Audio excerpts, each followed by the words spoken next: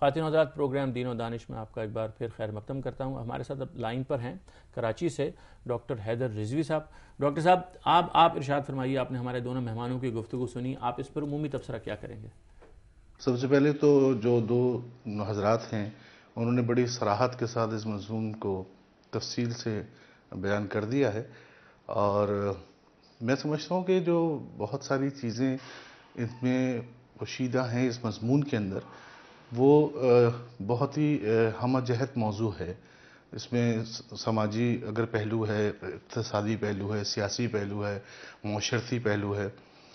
جو پہلو جس حوالے سے میں کہنا چاہتا ہوں وہ نفسیاتی پہلو ہے، جس میں سماج اس طرح سے آ جاتا ہے کہ علامہ اقبال کا مشہور وہ مصرع ہے کہ فرد ربط ملت سے ہے تنہا کچھ نہیں. صحیح. تو ہم جس شکست و ریخت کا شکار ہو رہے ہیں، ڈاکٹر صاحب نے اس کی طرف اشارہ فرمایا، یقیناً بالکل صحیح ہے کہ سوشل سپورٹ، یعنی ایک خاندان ایک اکائی سمجھا جاتا تھا جس میں ان کے بڑے جو تھے وہ کسی بھی کرائسس سچویشن میں مدد کے لیے آ جاتے تھے.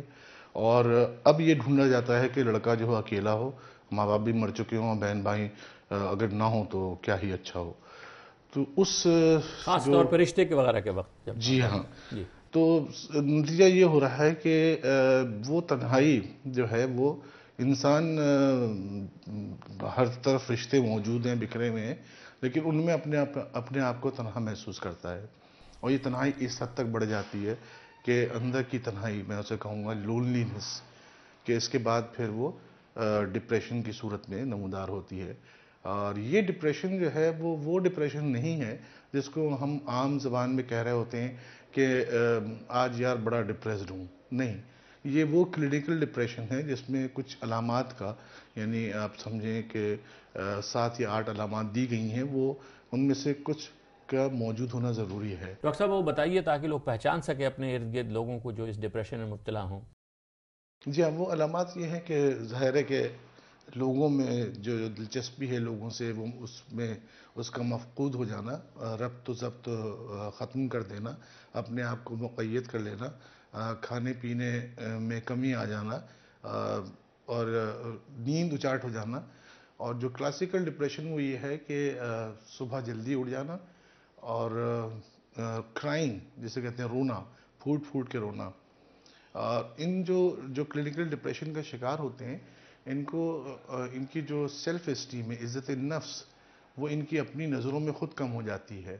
یعنی اپنے آپ کو ورتھ لیس سمجھنے لگتے ہیں، اپنے آپ کو بے مایا سمجھنے لگتے ہیں بہت زیادہ. جی ہاں، سمجھتے ہیں کہ کوئی مجھے سمجھتا نہیں ہے اور میری باتوں کو نہیں سمجھتا، اور میں اس قابل بھی نہیں ہوں کہ کسی کے کوئی کام آ سکوں. میرا وجود جو ہے وہ بے وجہ ہے، اور جب میں کسی کے کام نہیں آ سکتا اور لوگوں نے میرے ساتھ اتنے برے سلوک کیے اور کسی سے مجھے اچھائی کی توقع نہیں ہے، تو اب میں کیا کر سکتا ہوں اس دنیا بے ثبات میں. میرا وجود یعنی وہ اپنا مقصد حیات ہی بھول جاتا ہے.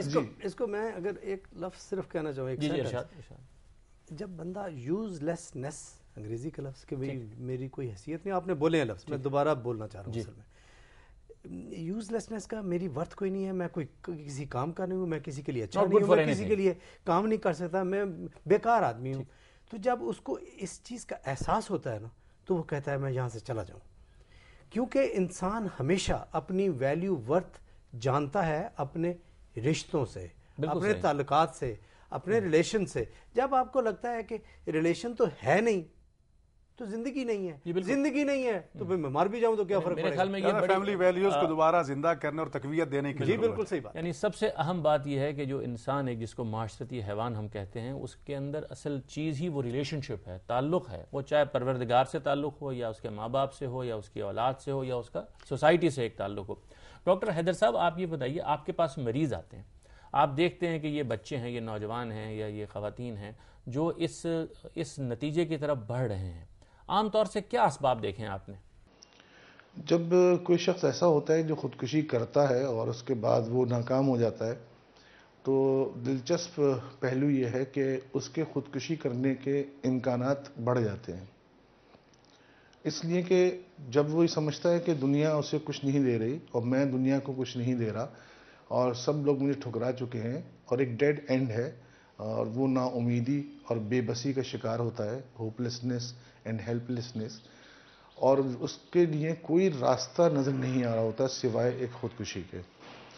کوئی ایک امید بھی نہیں ہے جب کرن کی صورت میں اس کو نظر آئے. نتیجہ یہ ہوتا ہے کہ جب وہ خودکشی کرتا ہے اور اس میں ناکام ہو جاتا ہے تو اب اس کے ذہن میں یہ آتا ہے کہ وہاں بھی مجھے قبول نہیں کیا گیا اور مسترد کر دیا گیا.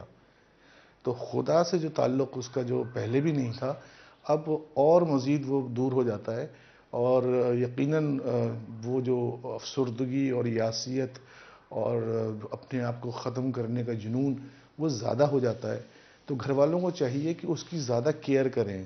کیئر الفاظ میں نہیں ہوتی. اچھا ڈاکٹر صاحب یہ فرمائیں کہ کیا آپ نے اپنی پریکٹس میں دیکھا ہے ایسے لوگوں کو جن کے ہاں مذہبی روایات اچھی ہوں یا جن کے ہاں گھریلو روایات اچھی ہوں, جو تہذیبی لحاظ سے ایک ویل نٹ فیملی ہو, وہاں پر یہ امکانات کم ہو جاتے ہیں؟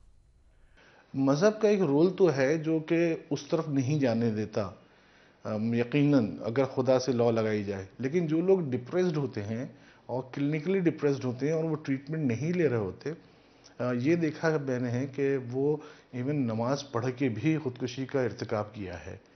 اب اس میں کسی طرح بھی مورد الزام ٹھہرانا کہ خدا نے مجھے کیوں نہیں روکا, تو بالکل ہی میں سمجھتا ہوں کہ بیکار بات ہے اس لحاظ سے کہ خدا نے تو وہ تمام طریقے اور تمام اصول و ضوابط متعین کر دیے ہیں, ہمارا کام ان کو فالو کرنا ہے. تو یہ اسی طریقے سے ہے کہ جب وہ شاید علامہ صاحب اس کو زیادہ وضاحت کریں. ہاں لیکن ایک بات ضرور ہے کہ ڈاکٹر صاحب ایک بڑی پرسنٹیج تو ان لوگوں کی بھی ہوتی ہے نا جو انڈوجنس ڈپریشن میں مبتلا ہوتے ہیں, یعنی جو بیماری کی حد تک جو ایک ذہنی بایو کیمیکل ایک پرابلم ہوتا ہے وہ ایک الگ چیز ہے. ہم بات کر رہے ہیں کہ جو ایکسوجنس ڈپریشن کی وجوہات ہیں جن کی وجہ سے وہ ہمارے سوسائٹی میں وہ عناصر پائے جاتے ہیں جو مجبور کر دیتے ہیں. ہمارا زیادہ رخ وہی ہے, ظاہر ہے کہ ہم اس کو طبی لحاظ سے تو نہیں دیکھ رہے. نہیں, ایکسوجنس ڈپریشن اور انڈوجنس ڈپریشن کی ٹرم بہت پرانی ہے جی, اور اب اس میں کوئی تخصیص نہیں ہے جی. چونکہ اگر وہ ایکسوجنس ہے تب بھی بایو کیمیکل چینجز ہوں گی جی. اگر وہ بایو کیمیکل چینجز ہیں تو وہ ایکسوجنس طور پر اثر انداز ہوں گی. تو ہم اس کی تخصیص نہیں کر سکتے. مرغی پہلے پیدا ہوئی یا انڈا پہلے, اس کی بحث بیکار ہوتی ہے. میں آپ کی بات سمجھ گیا, لیکن بہرحال بات یہ ہے کہ ہم اس چیز کو جس کا تدارک کر سکتے ہیں, اس کی پریونشن کر سکتے ہیں, ہم اس حصے کی بات کر رہے ہیں. ہو سکتا ہے کہ ڈائگنوسس میں اس میں ٹیکنیکلٹیز کچھ اور ہوں, وہ ظاہر ہے کہ اس کا طبی علاج تو ہونا ہی چاہیے. لیکن عام طور سے جب ہم دیکھتے ہیں اپنی سوسائٹی میں کہ ڈپریشن کا مرض بھی ایک وجہ ہے, لیکن حالات کا جبر بھی جس کو مجبور کر دیتا ہے کہ کوئی ایک شخص اپنی دینی روایات کو, دینی احکام کو, اور اسی کے ساتھ ساتھ جیسے آپ نے کہا کہ تربیت کے فقدان کو اور سپورٹ سسٹم کے نہ ہونے کو, جیسے ڈاکٹر رفیع صاحب نے فرمایا, یہ چیزیں تو بڑھی ہیں. ہم نے اخباروں میں یہ خودکشیوں کا سلسلہ جب دیکھا ہے تو نظر آتا ہے کہ یہ لوگوں نے اب آسان سمجھ لیا. اس پہلو سے آپ نہیں کہیں گے کہ ہمارے علماء نے اپنی مسندوں سے لوگوں کی یہ اخلاقی تربیت نہیں کی یا کم کی ہے یا اتنی نہیں کی جتنی ضرورت تھی؟ حقیقت یہی ہے کہ اس وقت جب ہم اپنے معاشرے کے انحطاط کا شکار ہو چکے ہیں اور مختلف پہلوؤں دیکھنے کا ہم کہاں جا رہے ہیں, اس میں تعلیم و تربیت کا پہلو بھی بہت کمزور ہوا ہے.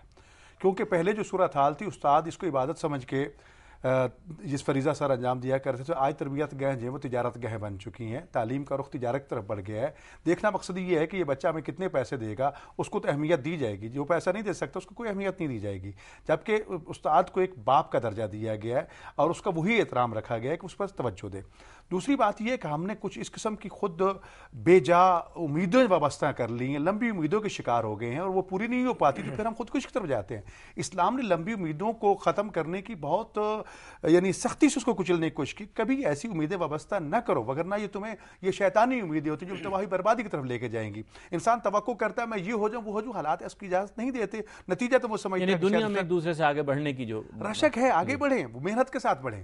ایک وقت یہ کچھ کر رہے نہیں اور فلاں کو وہ چیز مل گئی تو مجھے دیکھنا ہے.